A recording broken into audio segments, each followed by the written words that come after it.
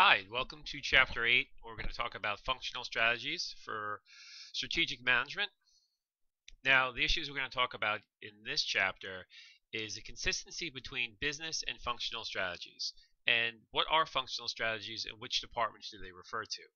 So common differences in functional strategies could be between low cost, could be between differentiated business, it could be between premium products, premium service. So different companies, as we learned last chapter, have different strategies, and we want to see when we talk about these overall strategies, how do they affect the functional areas and functional strategies.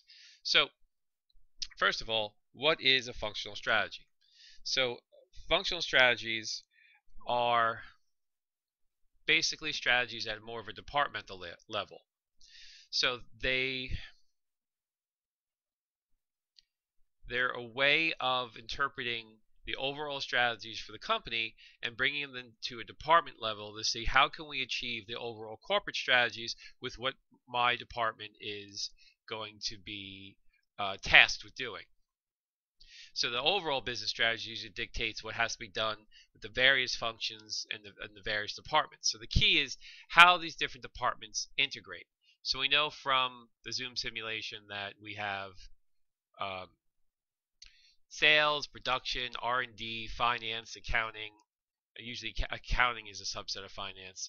Production and marketing. How do these departments work together to make sure a company is successful?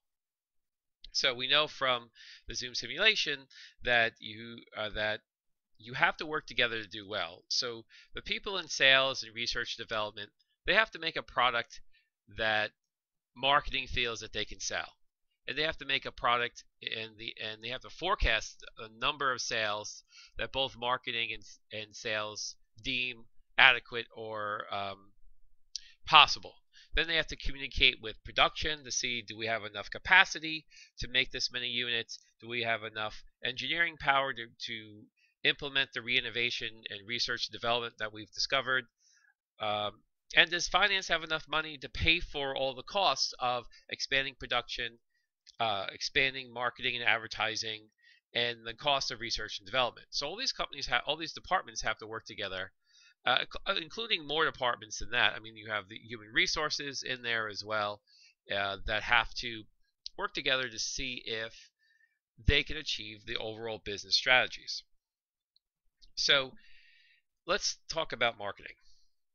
So marketing, which includes advertising inside of marketing. So we'll say marketing and advertising. And we want to know pricing. So pricing is a strategy. Now it's a strategy in a simulation as well.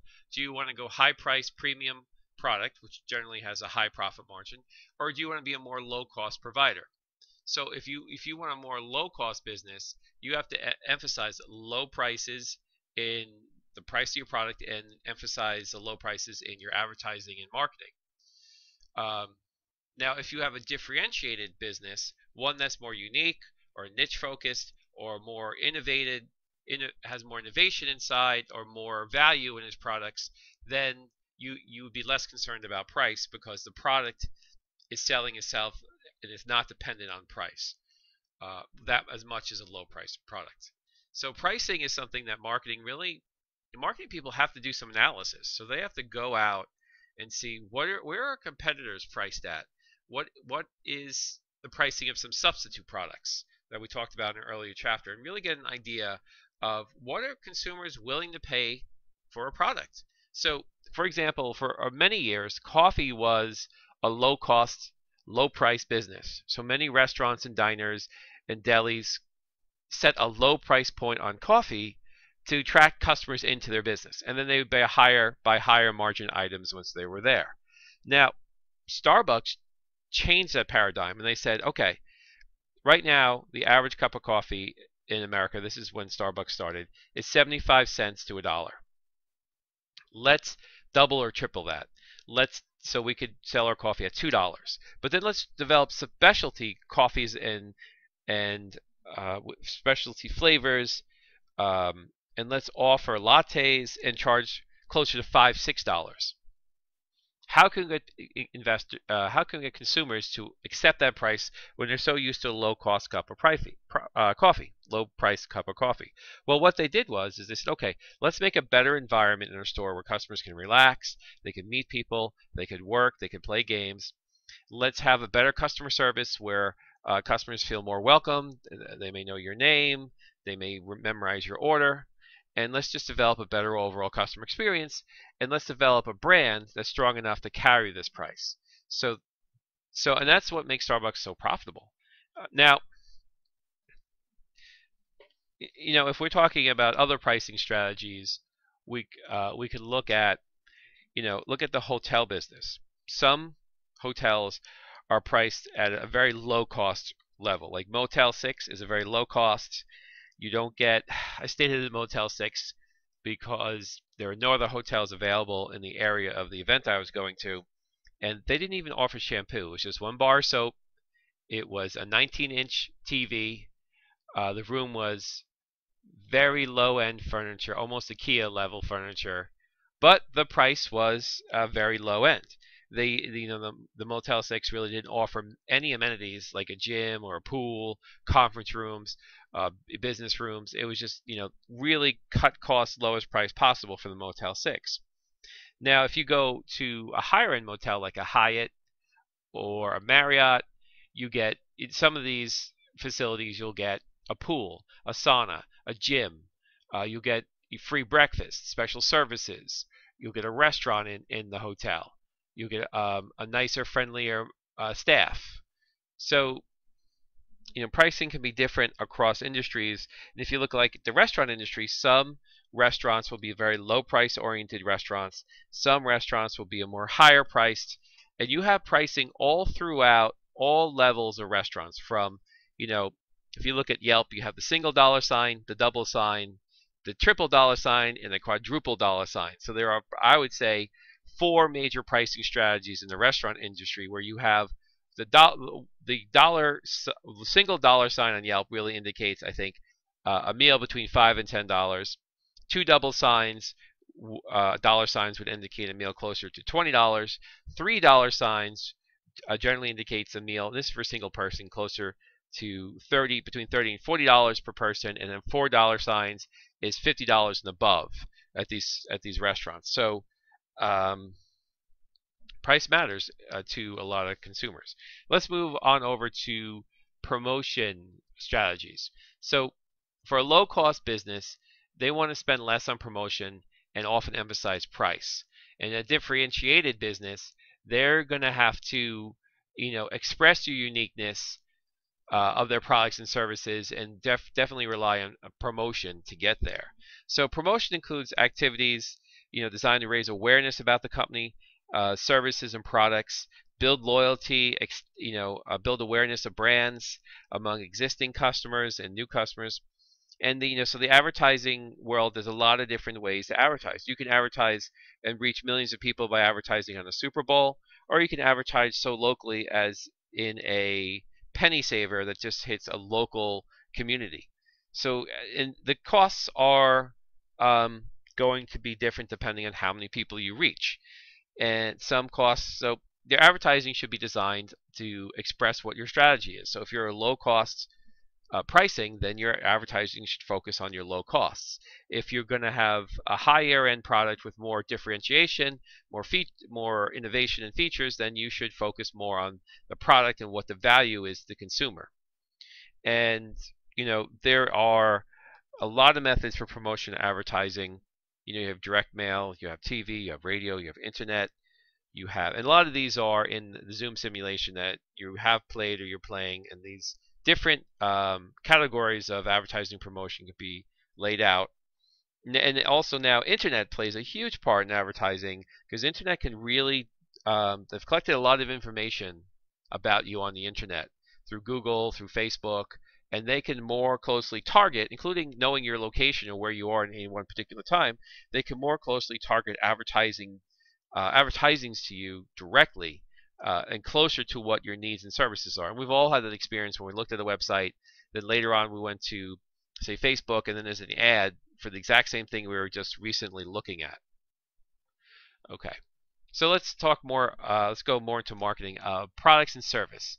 So if you're a low cost provider, you're going to emphasize basic no frills products, and you're going. So think of like we talked about this earlier about Southwest and Frontier Airlines, where their no frills basic product is what you get if you want the lowest price, and you could pay for some upgrades, mostly on Frontier, but on Southwest you could pay extra money to have um, priority seating, which means I forgot what they call that. It's a fee that you pay, and it gives you faster check-in, and it can put you above the passengers who don't pay for that fee. Priority boarding, I guess, is something like that. The name escapes me. So when when you think of the two restaurants, McDonald's and Starbucks, we've talked about plenty of times before. Um, both these restaurants have different products. They have some products that overlap, um, and how they design their products. Even how they design their restaurants. I think McDonald's and Starbucks have um, learned from each other and tried to monopolize in some of their customers, steal customers away from each other. So Starbucks was one of the first restaurants to offer free Wi-Fi signal, and then later on McDonald's provided that. Starbucks was one of the first coffee houses to really have a wide variety of coffee beverages that McDonald's later um, looked at those products and created the McCafe to compete with Starbucks. And then Starbucks looked at McDonald's lucrative breakfast market and started offering breakfast sandwiches. So you could see how products and service um, can be influenced by top competitors. And so when we talk about products, we're talking about the product's appeal, the product's design, the product's innovation. And then we talk about service, we can talk about the service of the company, how they interact with their customers. So you should have a higher level of service at Starbucks than at McDonald's. So for example, no one at McDonald's has ever memorized my order or recognized me, but in Starbucks, the employees often do recognize me, know my name, know my order, and that's something that a lot of consumers like, at a higher level of service. Now, when companies are thinking about their overall products, they may start to focus on a new product or a new innovation in a product. So for example, when the soda companies were able to better refine and develop diet sodas, they moved. So originally Coke had a diet product called Tab, and then they discovered that if we called our diet product Diet Coke, we'd probably do better. And they did. Once they switched to Diet Coke, phenomenal sales gains over Tab. And now they're promoting Coke Zero as an alternative, better tasting diet soda as a newer product, and focusing more advertising and placements on those products. And when it comes to the way retailers design their stores, they're always looking to enhance their level of store design, to enhance the customer experience, get them more products that they want, a better layout. And if you're a company who are selling products, you're continuously looking for better products to sell. You're looking for better services to offer, such as warranties, such as better retail experiences or better online experiences, better customer service if there's a problem. And this is something that's evolved over many years, that the returns aspect of customer service has been greatly enhanced over the past 30 years, where many stores would put up sort of a fight or a hassle or a interrogation if you wanted to return something, until today's state, where no questions asked, just return it. You get your money back no matter what the condition of the product. In some cases, some stores will return money to you for products that you'd even buy there, rather than argue with you, because they don't want to leave that bad taste in your mouth, and they don't want to lose you as a customer. Now, so in addition to products and service, one thing that's very important to products is your branding. So part of this product strategy is to have a brand that people know about and a brand that people like. So I see branding as sort of brainwashing in a way, that when you're younger, you watch TV commercials, you watch sports programs, you go to arenas named after companies or products, and they brand you a Coke person or a Pepsi person. You ask people, what's your favorite soda, Coke or Pepsi? They pick one or the other. Amazingly, I say, when they ask me, what's your favorite soda brand, I'd say, I don't really have one. I do like some products of Pepsi. I do like some products of Coke, but I'm not really particularly loyal to either brand. If I go to the supermarket and Pepsi's on sale that week, we're getting Pepsi. Coke's on sale that week, we're getting Coke. The brand doesn't matter too much to me, but some people are very, very committed to their brands. And you see, branding is a very important part for selling cigarettes. Some people they will just smoke one brand of cigarette, and that's it. They'll never switch. So brands, building up the quality of the brand, such Tide is a high quality as a laundry detergent and can sell for many more dollars than most average laundry detergents. But they realized the lower end of the market started growing faster than the high end of the market. So Tide developed and offered a lower end product at a lower price point, so as not to lose out on the growing market of discount laundry detergent. And we look at restaurants. Each restaurant tries to foster their own brand of quality of product. If you take a Chipotle Mexican Grill, they really focused on being more of fresh food, natural food, in some cases, organic, or farms where the animals had grass-fed or free range, or different things like this to make the idea that their company had a better quality of food. One thing that severely hurt their brand, which they struggled to reposition their brand or return their brand to the heights that the brand once had, is once they had a series of health-related issues for people eating at the restaurant. So you can see how brands can be damaged by, and you look at, certain airlines have had issues where people are dragged off the plane, families are asked,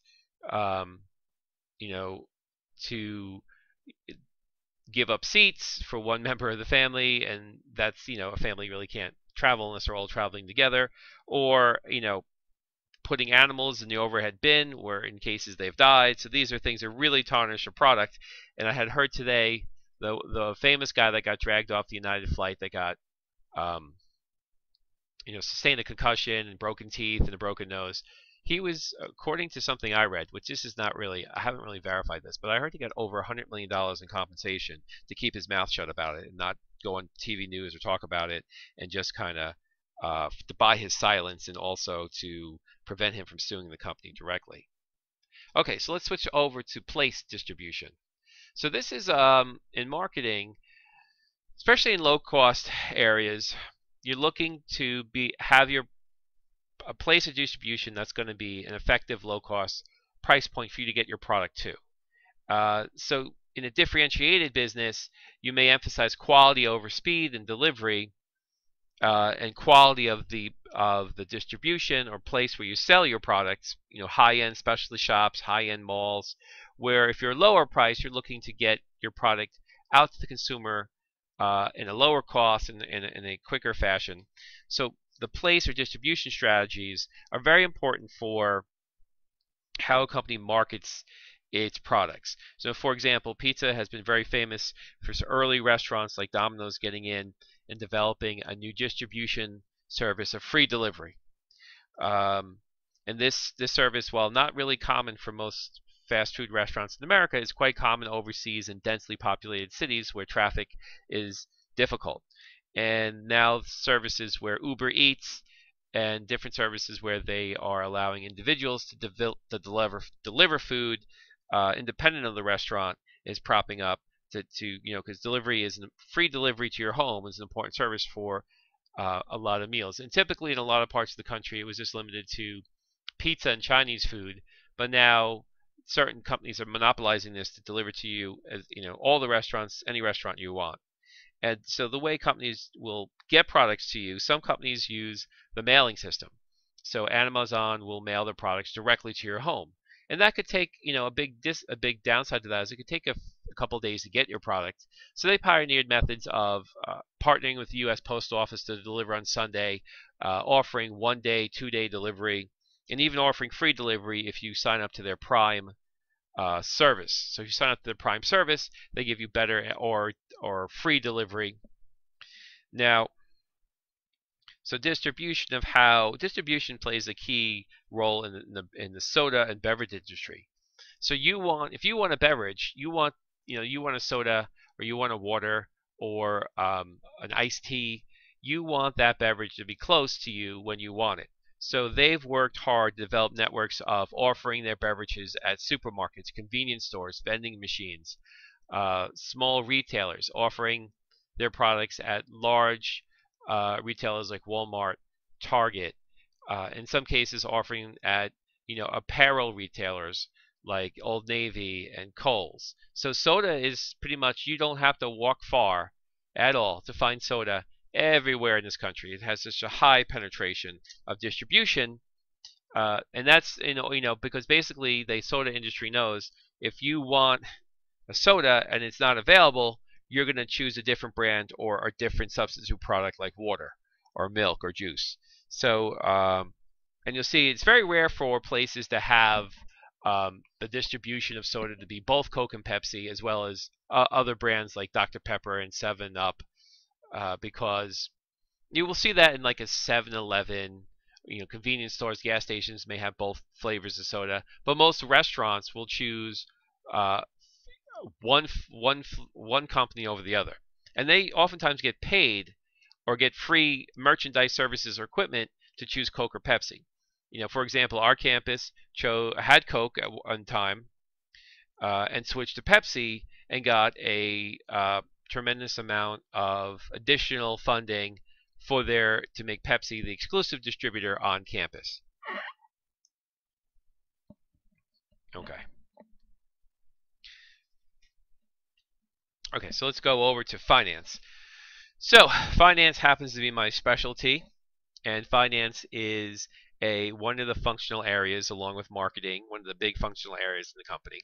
And from the Zoom simulation that if you want to make operational investments, if you want to have large marketing plans, if you want to buy factories, you're going to have to fund that. So if you don't generate enough profits early on to fund the investment in your company, you're going to have to go to finance for them to raise funds. So in the real world, finance department is going to be tied into marketing budgets, advertising budgets, production expansion, research and development, to really come to terms of, do we have the money and the resources to pay for all this expansion or investment? So, of course, lower cost businesses want the financial department to help minimize the cost of capital. And that basically means refinance or find lower sources of cost when you're borrowing money. And that helps to lower the overall cost of the business. Now, they also may ask, cost accountants so say finance usually includes accounting. They may ask cost accountants to figure out, how can we lower the price of a product? What's the most expensive elements of the products that you can suggest us to work on? Finance can also help develop budgets and monitor budgets and goals for the company's overall capital spending. Now, if you have more of a differentiated business, you're going to tend to look at improvements in quality, extensions where the cost of capital could be really high, but the quality improvements will help to reach the goals of your business. Now, financial ratios are one tool of a company to summarize, review, and discuss the financial goals of a company and how they're able to move ahead. So just a couple of other words about finance. There you can see how they are going to be critical to all the departments of the company and working together. Some recent innovations in finance is crowdsourcing. So crowdsourcing is a way for a lot of small contributors to contribute to an overall larger project. So Kickstarter is probably the most famous one of crowdsourcing, where companies who have ideas, it can be as small as a game, a video game, a board game, a card game, a movie, as big as a movie, as big as I saw one Kickstarter, they had an innovative jacket for travel, and they raised $9 million through Kickstarter. So Kickstarter is another way of raising funds for businesses that are trying to start out, as well as you have venture capitalists that will go in and give money to companies who have good ideas, good products in a funding phase. So finance is also critical in the startup of a company and the continued funding and financing of the company, as well as managing the cash of the company to make sure the company doesn't run out of cash. That the capital, capital is really, we're talking about money when I say capital. The capital is there to help the company to expand or invest when they're ready to. And of course, as you know, as companies grow and they expand their operations and they get more experience running the company, they have things that can help them reduce costs, like the learning curve or experience curve. These are things that as you get better at something, you get more efficient, there's less waste, you perform the actions better, and when you have economies of scale, that's when your company starts to scale up and get bigger, and now they can get discounts on large purchases. They can ramp up production and they can spread the fixed costs like building and taxes and things like that over more products. So if you have a fixed cost of rent or building or property tax or different things like this, if you sell 100 products divided by those fixed costs, it's a lot of cost per product. But you sell 1 million products and you have the same fixed cost, now the overall fixed cost per product goes down and the profit margin per product goes up. So it's very critical. Also, when the company asks for finance to help invest money to increase quality efforts at the company, those quality efforts could be if they're successful, can end up developing lower damaged products, lower scrap, lower waste, helping again to make the company more efficient and production more efficient. Now, as far as the financial ratios are concerned, and this is something that you're definitely working with in the simulation, to look at the financial ratios, understand them better, help you to manage the company based on the results of your financial ratios is what the overview points are about. Now, the current ratio is really going to show you a percentage of liquidity, so current assets over current liabilities, and the higher this number, the better. Where the quick ratio, sometimes called the asset test or liquidity test, is a way to look at your liquidity after subtracting inventory out of your assets, because inventory in some cases could be not so current. So if you have like the auto industry or a large equipment industry or an airplane manufacturing industry, inventory is really not that liquid. It can take quite an amount of time to dispose of. So you may be interested in what is our quick ratio or current ratio look like without the inventory as a component.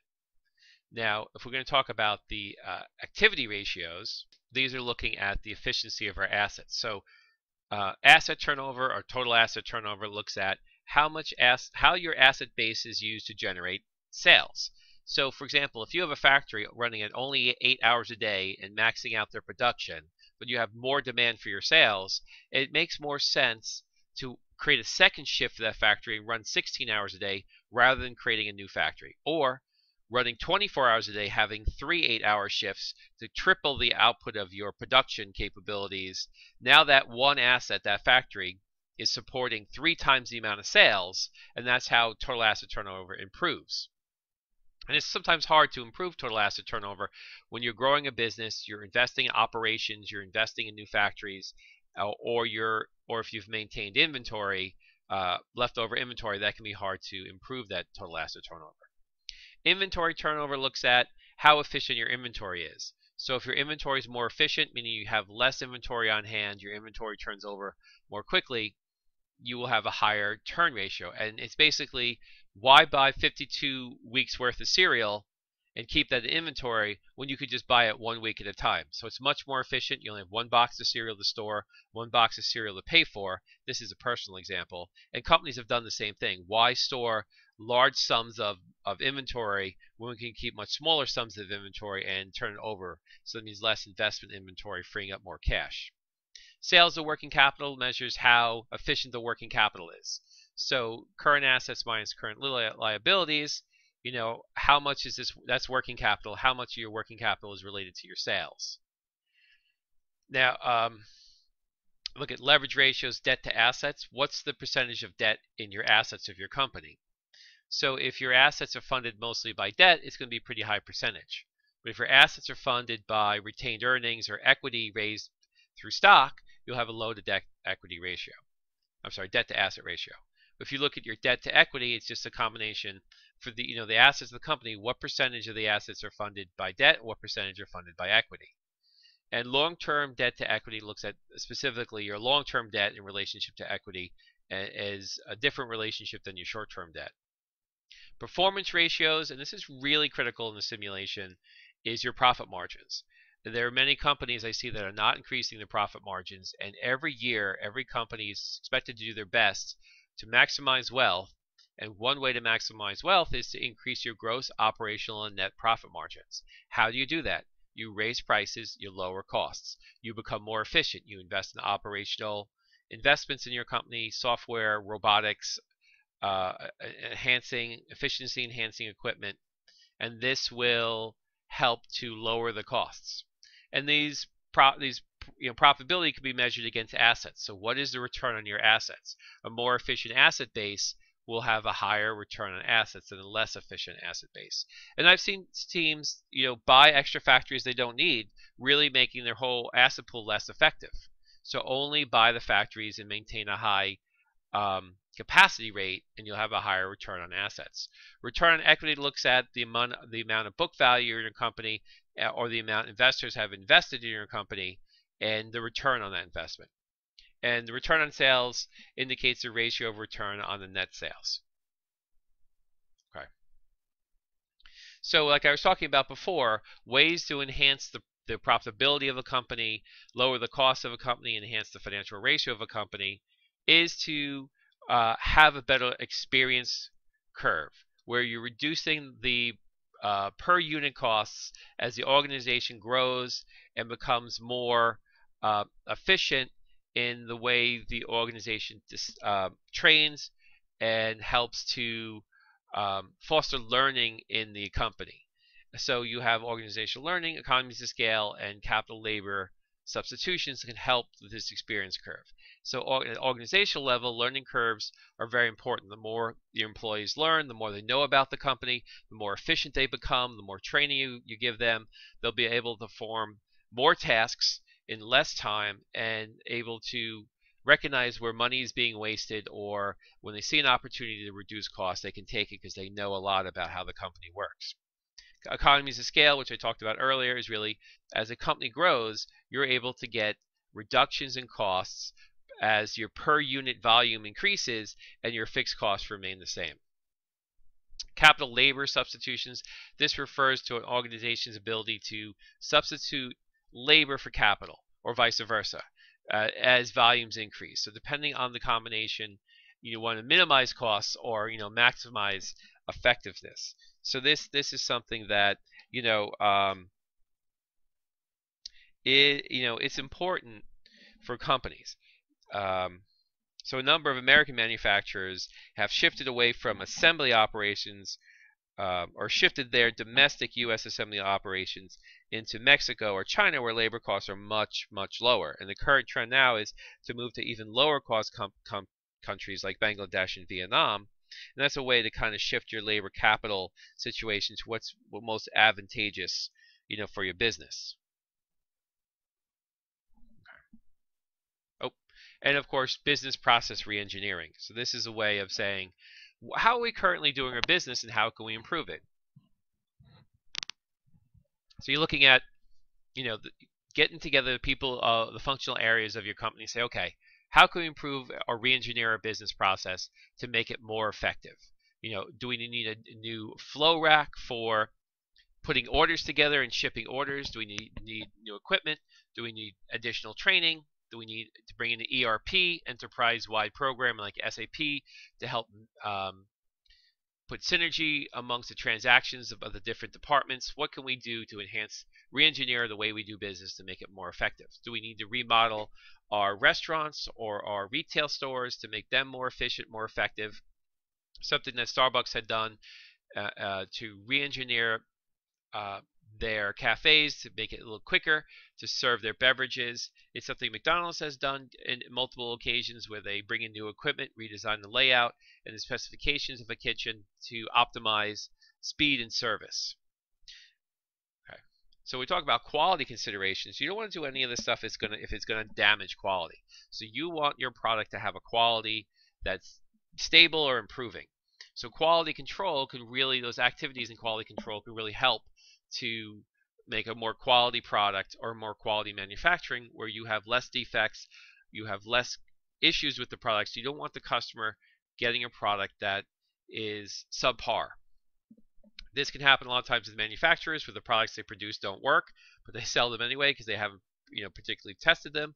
This could be food processors where, think something like potato chips. Companies spend a lot of time and money making sure that you're getting a decent set of chips in each bag, not a bunch of crumbs or burnt chips or chips with brown spots from potatoes with eyes on them that darkened.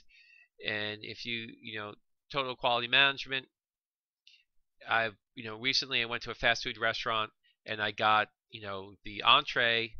It was a chicken sandwich and it wasn't cooked properly.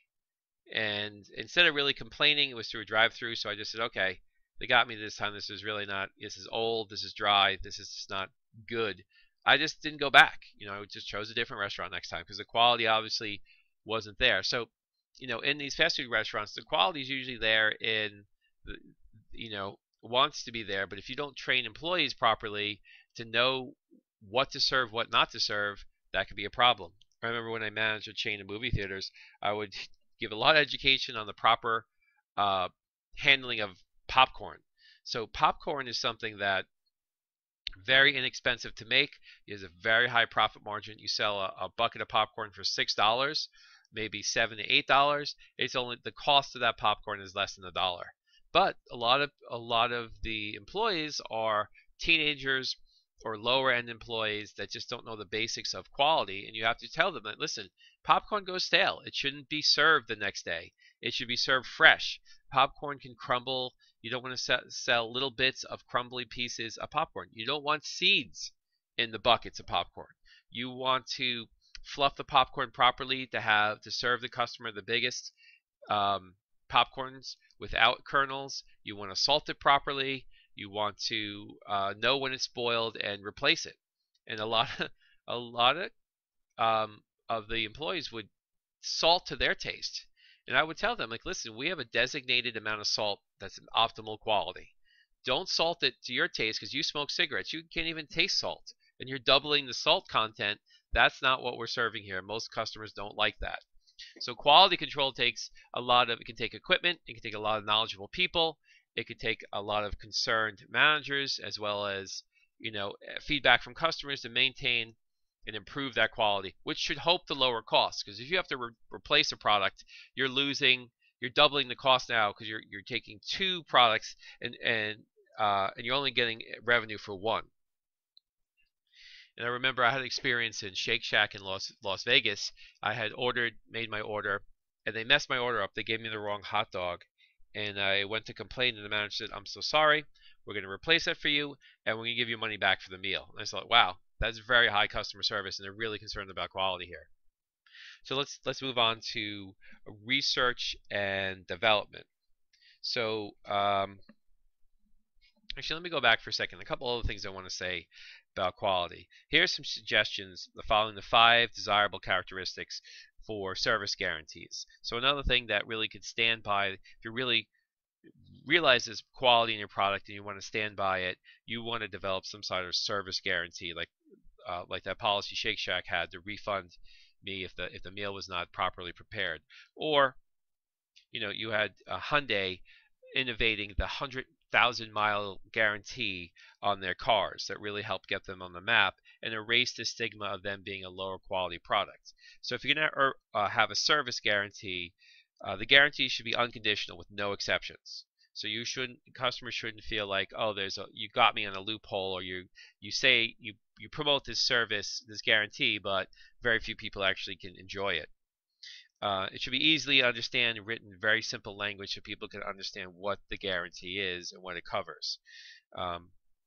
So it should be meaningful and important to the consumer and valuable to the consumer, and should invoke some sort of quality or benefit to the consumer.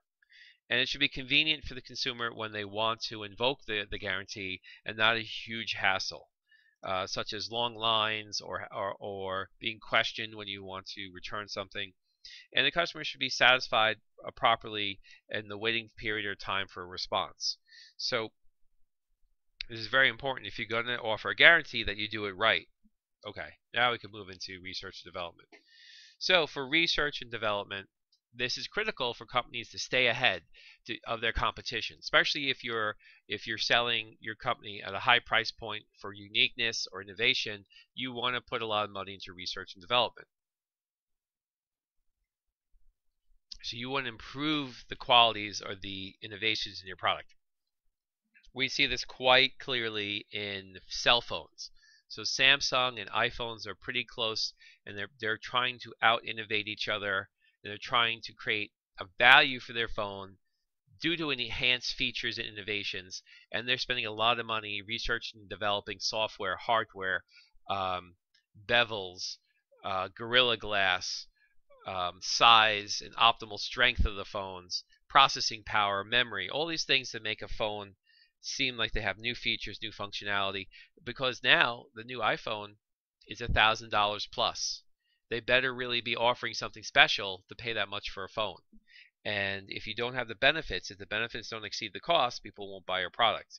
So the R&D process is very critical to the desirability and the sales of your product.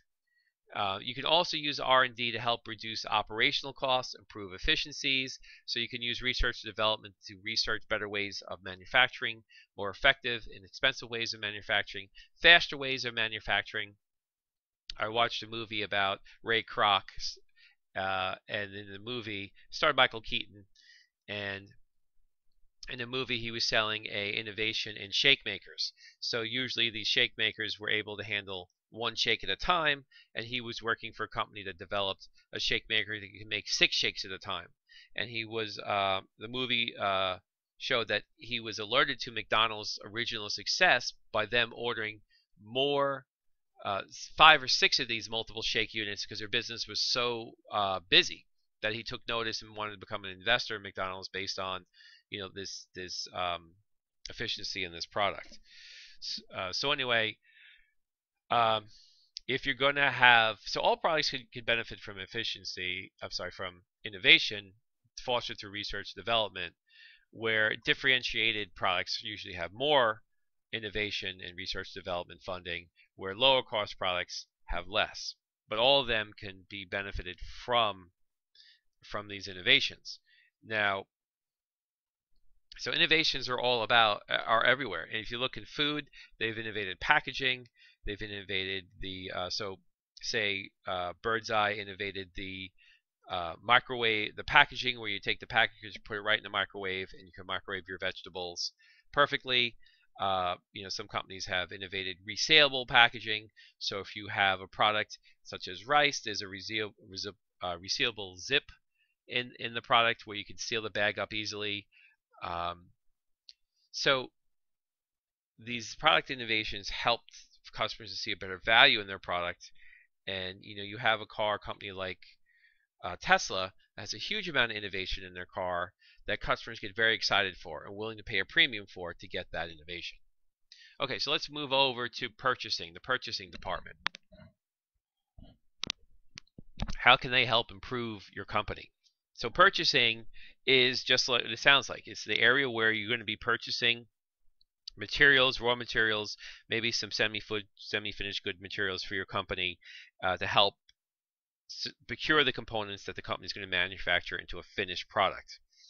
So at the retail level, the purchasing is going to be to wholesalers who are going to sell a finished good product to the retailer.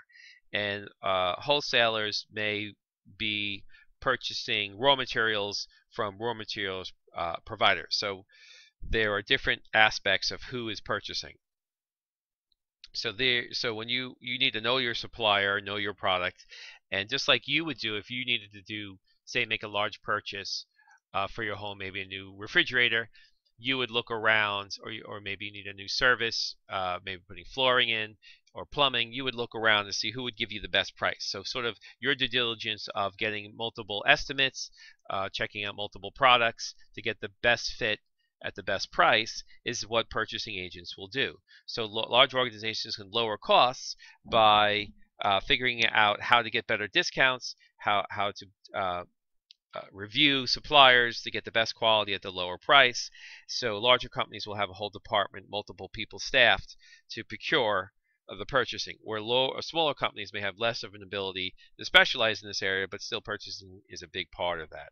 And when you're dealing with low cost items, you really have to get the best prices in your manufacturing or from your wholesaler. So Walmart spends a lot of time working with their suppliers to make sure their prices are the lowest possible that they're paying for the product, so they can offer it to their customers at the lowest price possible.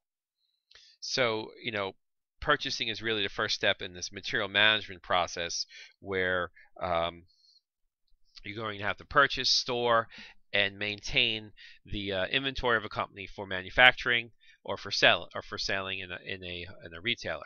So some companies will try to do a just-in-time inventory, which was pioneered by, say, Toyota and popularized in Japan, and then adopted such companies like Dell. Which the idea here is get the inventory in same day, so we don't have to stock or hold any inventory or invest any capital inventory. And this just-in-time inventory, it has a lot of advantages, but one disadvantage could be the fact that if there's a labor strike, if there's a disruption in the supply chain, you may run out of materials to make your car or make your computer. So there is a lot of monetary benefits to this, but there are some operational drawbacks to not having your inventory. Now, generally, if you want to institute a just-in-time inventory system, it means you're placing the burden on the inventory to be held at your supplier. So for automobile industry, many of the suppliers will develop warehouses close to the manufacturing centers. So if Honda has a manufacturing center, say in Ohio or Tennessee, they're going to have their parts suppliers within a mile or so of the factory. So when they're at the night, when they're done and they're going to do their production schedule for the next day, they'll place their orders, and in the morning they'll be delivered because the warehouses are holding the inventory ready for it to being delivered. So they're basically just pushing off their cost of inventory onto their suppliers. Okay. So let's look at human resources. So human resources is another functional area of a business, and human resources is very important for managing the human capital of a business. So human resources will do things, of course, recruiting, hiring, placement, compensation, evaluation of employees, managing company policies, focusing on company development, employee development. So human resources is a big role to manage human capital in the company. So they are going to, deal with all the issues of the people who work in the company and help to make the human capital of the company as efficient, as productive as possible.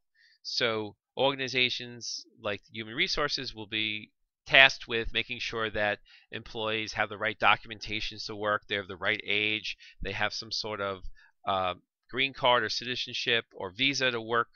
They'll take care of all the legal aspects of what an employee needs to be working there properly. They'll supervise training to make sure that employees have quality assurance training, safety training, really just try to extend the ability of these employees, and also help foster the human capital and knowledge management of employees. So just getting back to human resources. So human resources, if you've dealt with human resources, or maybe you work in human resources, you know that you're there mostly to make sure the company policies and the federal and state guidelines and regulations where they involve employees are being met and being satisfied. You're there for conflict resolution between employees, conflict resolution between managers and employees, or managers and managers. You're there to make sure that you can. One fun aspect of human resources, maybe you're there to improve morale of the company. There to create suggestion boxes and listen to the employee suggestions and see what you could do to improve the overall environment of the company and the workers. And lately, human resources have done things like help workers get freestanding desks so they can stand while they do their work, which is supposed to be healthier for you. Listen to employees' needs for what they're expecting in healthcare, trying to reduce the cost of healthcare per person, things of that nature. So now another big aspect is this human capital and knowledge management that human resources can help to maximize. So basically, human resources is dealing with managing the human capital. So the human capital, the strengths and capabilities and knowledge of the people working for your business, which could be a real competitive advantage. So say you're in an industry like making movies, um, producing TV shows, or maybe making comic books or magazines, or producing novels or books. You need your human capital, your artists, your designers, your directors, your actors, to really make those your writers, to make those products, give your products a real advantage, a real quality that people will be willing to pay for. So knowledge management is a way of managing people and their skills and their abilities to represent, to manage and organize the resources of these people to enhance their knowledge. So in the total, so someone has to really look at how can we take our people's current skills and make them better. So how can we do something better than a competitor? We could train our retail workers on how to be friendlier, nicer, more attentive to customer needs. We can train managers on how to better manage people. So there's a lot of ways here. So let's just talk about some knowledge and competitive advantage as far as improving competitive advantage. So knowledge-based strategies begin with not knowledge, but knowledge can support the traditional mechanisms for serving customers and delivering value, but can't really replace them. So knowledge-based strategies, they really begin with strategy. What do we want our employees to know? What do we want our retail employees to know that is going to meet our goals for better customer service or better product awareness? Now, knowledge-based strategies, they must be linked to traditional measures of performance. So we have to be able to measure these strategies in order to manage them. So to figure out if the investment in training, the investment in enhancing your human knowledge, your human capital and knowledge management, that could be tricky. It could be difficult to really quantify the benefits. So when sales go up, how much is that related to improved service? Okay, so executive knowledge-based strategy is about nurturing the people in your company and giving them opportunities and fostering a desire for them to want to learn more knowledge. And so you really want to develop a culture where learning, sharing, helping employees, cross-training, personal growth is appreciated, is recognized, and rewarded. Organizations should leverage knowledge through networks of people so they can collaborate, networks of technology to interconnect people. So to have computer systems where people can do instant messaging or chat with each other, email, Skype or video conferencing to help the human interaction work together better and inside the company, or with customers. So the engine that drives knowledge develops from the workers, the need to help in solving business problems. So companies' efforts to record the knowledge, disseminate the knowledge to its workers can sometimes be too much. So a company really has to figure out what workers are capable of and what's the proper level, because learning is hard and a lot of people want to stick to what they know at companies. So kind of pushing people outside their comfort zone, there's only so far you can really push them. Okay, so let's move into another functional area, information systems. So information systems are, how can computers and programs help to benefit the entire organization?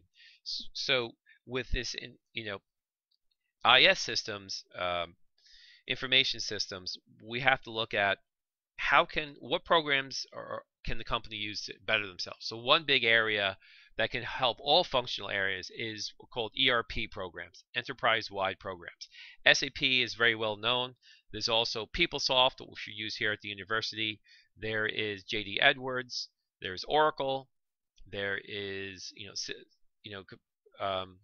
to a lesser extent Salesforce.com. These are just company-wide programs that can help manage the entire company and create efficiencies so that any these departments can interact better. So if purchasing is buying and receiving materials, automatically warehouse management is updated, automatically accounting, the costs and the payment of the inventories and the general ledger transactions are updated immediately, so it gives you more visibility. So anybody can look in the system, look up how, purchasing can look up how much products do we have on hand, look up MRP systems, which is material process planning or production planning.